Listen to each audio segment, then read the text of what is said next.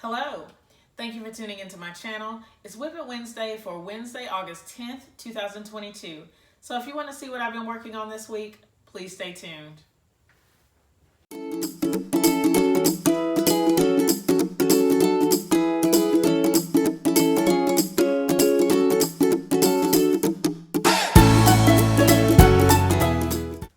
As I was getting ready for this video, I kind of was feeling like I didn't really have a lot to share, and I was sort of wondering why I hadn't been sewing as much. And then I remembered that school started. Last week was our first day back with students last Tuesday, and so I knew that that was going to slow down my progress, sort of, but I just didn't really think about it. I was just like getting ready for the video going, why don't I have as much stuff than, as I've had in previous weeks? And I'm sure that's it, that school started, and so it just tightened up my schedule. So I haven't been able to do as much as I normally, or I guess as much as I was used to doing for Vlogmas in July. But I recognize that it's just this season where it takes me a little bit of time to build up a routine, and I'm doing a few different things like organizationally around the house to make my house run a little more smoothly too. And I just need to focus on sewing when I can sew, and then focus on everything else that I need to focus on at that particular time.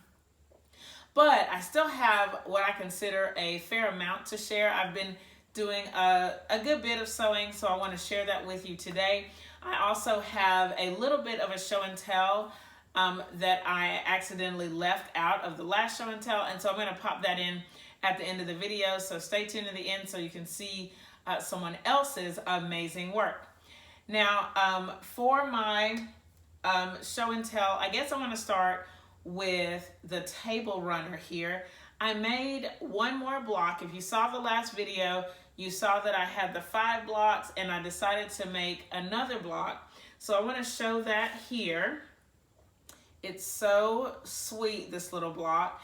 And what I decided to do was use the same like cream fabric that I used for the original block, because I had some more of that left. But since I was going to use, or I am going to use this as the border, I didn't want to use the same fabric here to border a diamond or to sash a diamond. So I added this fabric, and I'm going to zoom in a little bit. I'm going to try to anyway on each one of these blocks so that you can see them up close. But I haven't decided on a final layout. That's going to be for the next video. What I'm going to do is actually lay everything out on my kitchen table just to see which design I like the best. So I'm going to zoom in a little bit on each one of these blocks so that you can see it. I'll go behind the camera, and hopefully I can get close enough so that you can see each one of these fabrics. So, and if not, oh, I put it backwards. I'm going to take the camera off of the tripod and move closer. Sorry for my fingers. Okay. So here is one block. I wanted you to see that fabric. Isn't it just adorable? Here. And then, oh, there's a shadow there. I don't know how to make it not have a shadow. All right, and then this is the block that I did saturating with the starch and letting it sit overnight. I did the same thing for this block. I'm sorry, that is backwards. And then there is the quick starch block. And then the original block that I did not starch at first, but then I went back and starched it. And here's the second one that I sashed overnight. And then the other quick starch block. So you can see them all there. They look really nice together, and I can't wait to figure out which way they should go in a quilt.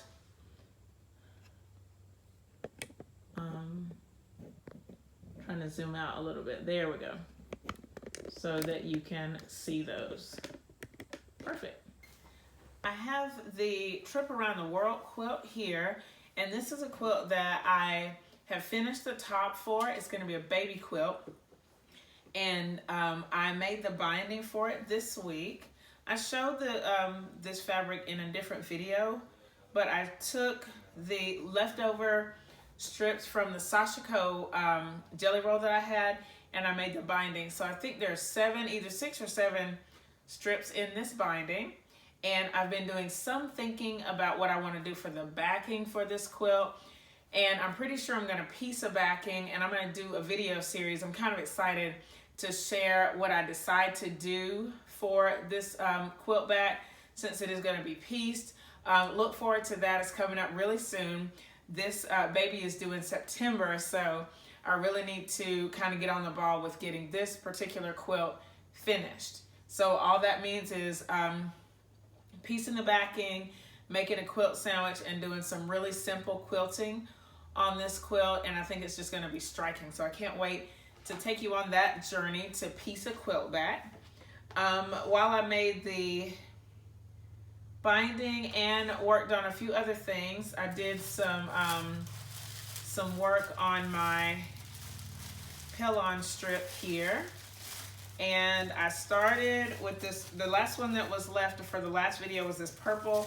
And so I added just a few strips, mainly because I haven't done a lot of sewing this week, so there haven't been a lot of strips added to this. Probably in the next week or so, especially as I work on that piece quilt back, there's going to be quite a few strips added to that. Maybe, I hope. But anyway, I love putting these together and then getting ready for what I want to do with them once I have enough pieces, but I really don't know how many that is yet. Okay, I did some work on my Heartstrings quilt as far as taking the paper off the back, and so I'm going to show you that right now. You can see the progress that I've made with taking the paper off the back of that quilt. I want to show you my progress on the Heartstrings quilt. I've started taking the paper off the back of it, and so I had to wait in the salon on Saturday, and I actually took this much paper off the back. I had already really done that center section, but I got that whole left section and then a little bit of the section on the right. What else have I taken off? I had already taken off parts of these as I was stitching them together. But here you can see that just a little bit of the paper is taken off there. And then this little bit has started to come off. I took off a little bit there. Like I think when I did the half square triangles maybe, or when I stitched those two together, I took some of those off. And then a little bit here. And there you can see on those two half square triangle blocks. And then more on that half square triangle block.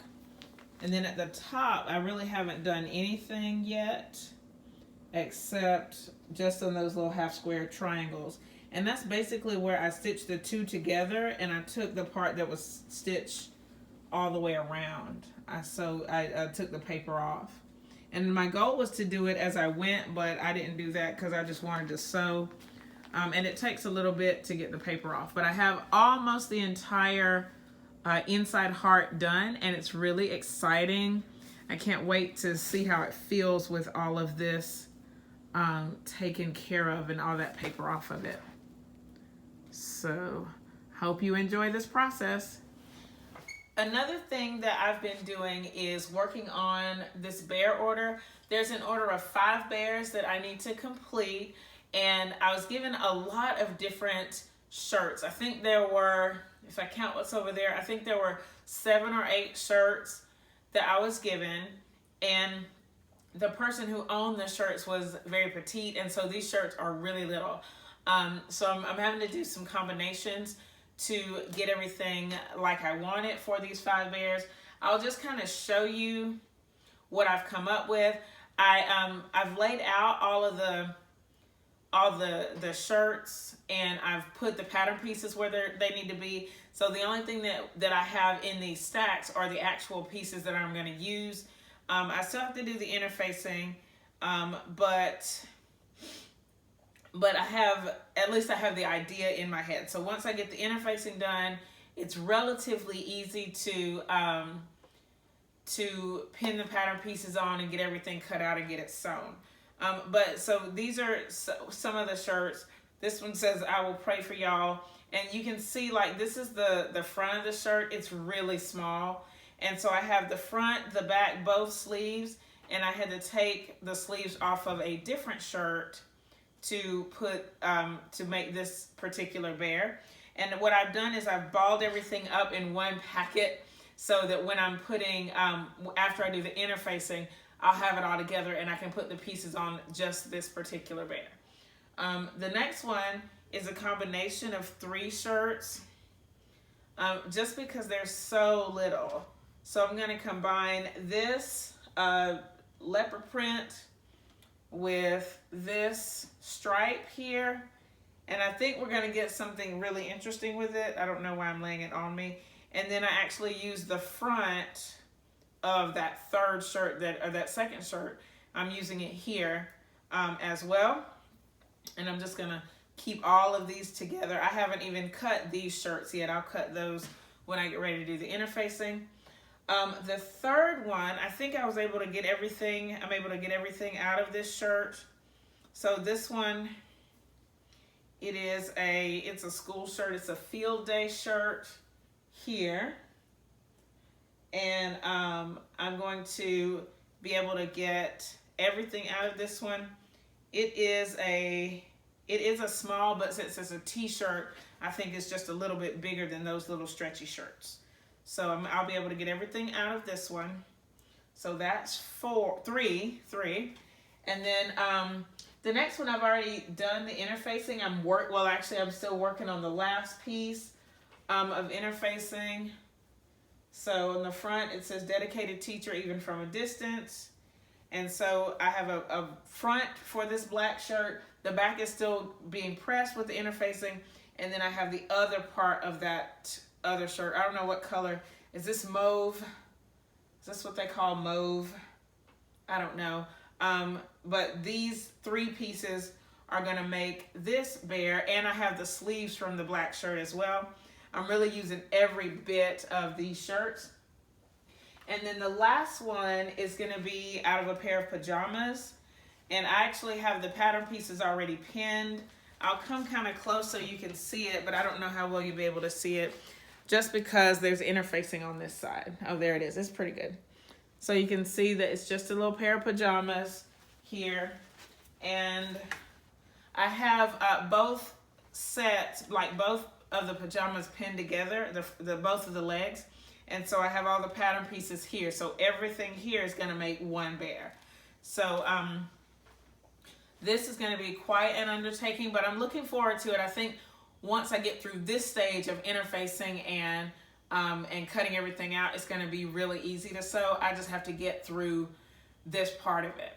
Let me think, make sure there's nothing else that I need to share. I am looking forward to finishing this table runner, looking forward to getting that quilt back done. I actually bought some Stay Flow. Oh, I got it right here. I picked it up today. So I'm interested to see how this works in regard to getting my fabrics ready. And, you know, I'm just really looking forward to the entire process. There's only one more thing that I need to share. When I did the show and tell video, I accidentally left out somebody's work. And so this is Darlene. She left a picture of a tote bag that she had been working on. And there may be a couple of pictures here. I'll insert everything that she submitted.